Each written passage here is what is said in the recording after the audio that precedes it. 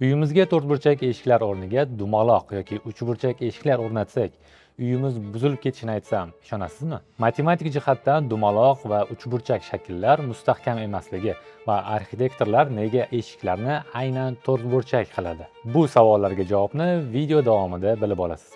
Videoga like bosib, omada bo'lib qo'yishni unutmang. Eshik bu shunchaki kirish joyi emas, u makonni, harakat yo'nalishini va qulaylikni boshqaradigan element. Geometriya nuqtai nazaridan to'rtburchak shakl maydonni eng samarali egallaydigan ko'rinishdir.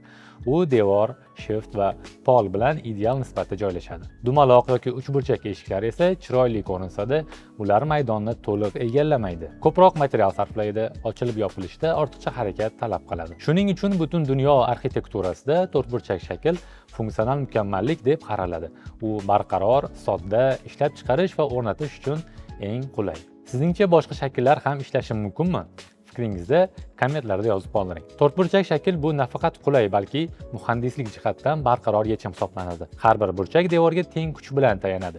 Bu esa yukni muvozanatda ushlab turadi. Dumaloq yoki uchburchak shakllarda esa muvozanat buziladi.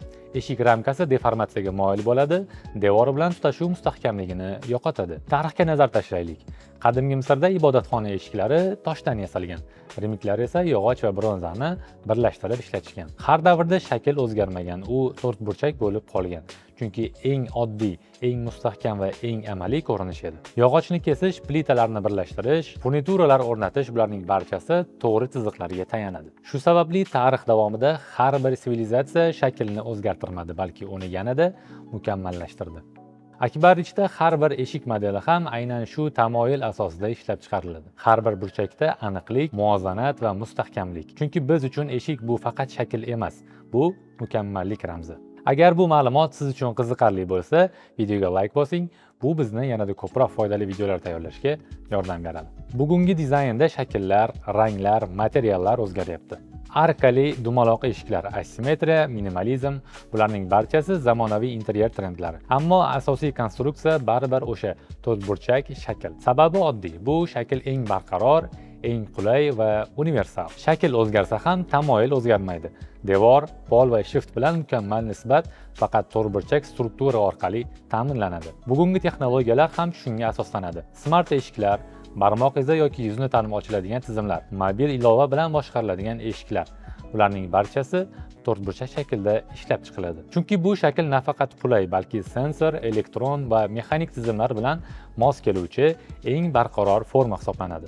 Akbar Rich 17 yildan beri ana shu barqarorlik va zamonaviylikni uyg'unlashtirib kelmoqda. Biz milliy estetika va texnologiyani birlashtirib, O'zbekistondagi uylarga sifat, qulaylik va tinchlik olib kirmoqdamiz. Agar dizayn va texnologiyalar siz uchun qiziq bo'lsa, kanalimizga obuna bo'ling. Biz kelgusi videolarda eshik materiallari, rang texnologiyasi va interyer uyg'unligi haqida ham gaplashamiz. Shakl, rang, material, bularning barchasi dizaynda muvozanat kerakligini ko'rsatadi. Biz bugun ko'rdik.